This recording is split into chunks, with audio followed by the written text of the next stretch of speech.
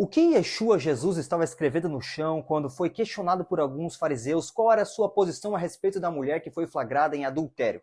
Primeiramente, nós devemos nos atentar ao contexto anterior a esta ocorrência para que possamos especular o que se passava na mente do mestre.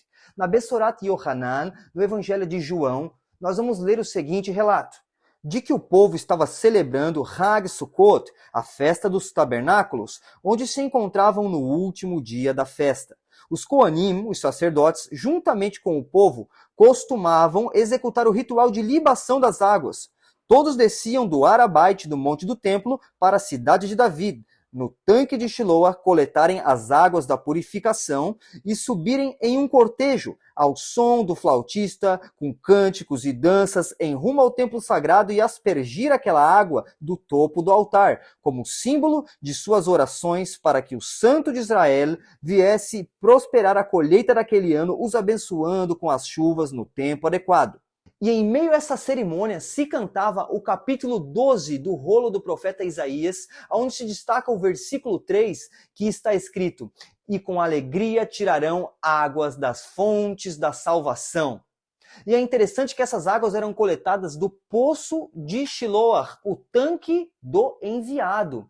E não coincidentemente, esse é um dos nomes que fazem referência ao Messias no texto de Gênesis 49, verso 10. E então, aquele que foi enviado pelo Criador no último e mais importante dia da festa se levantou e declarou em alta voz: "Quem tem sede, vem a mim e beba. Aquele que crê em mim, como diz a Escritura, do seu interior fluirão rios de água viva, rios de Maim Haim." E então, na sequência, o evangelista Yohanan, João, ele vai nos contar este relato, que no capítulo 8, alguns mestres da lei e perushim, fariseus, trouxeram-lhe uma mulher que foi surpreendida em adultério. Disseram a Yeshua: "Rabi, esta mulher foi pega em adultério. A lei nos ordena apedrejar tais mulheres." E o Senhor, o que diz? Mas Yeshua, inclinando-se, começou a escrever no chão.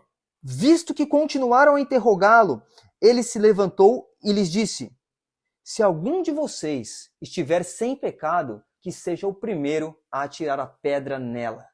Inclinou-se e continuou a escrever no chão.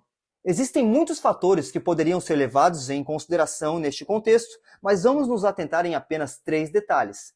Primeiro, de acordo com a Halahá, este julgamento não poderia ser feito publicamente, mas no templo sagrado, diante do Sanedrina Katan, o pequeno sinédrio, que era composto por 23 juízes. E Yeshua não era um shofet, um juiz dentro dos termos legais, para que pudesse estabelecer a sua sentença.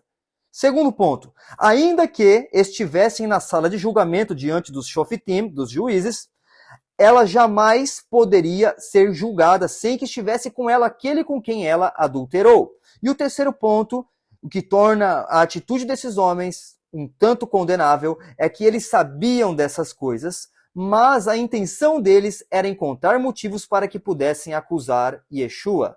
E assim se cumpre o que foi profetizado por Irmiau Anavi, Jeremias, o profeta. Capítulo 17, verso 13, que diz o seguinte: "Ó Senhor, esperança de Israel, todos os que te abandonarem serão envergonhados.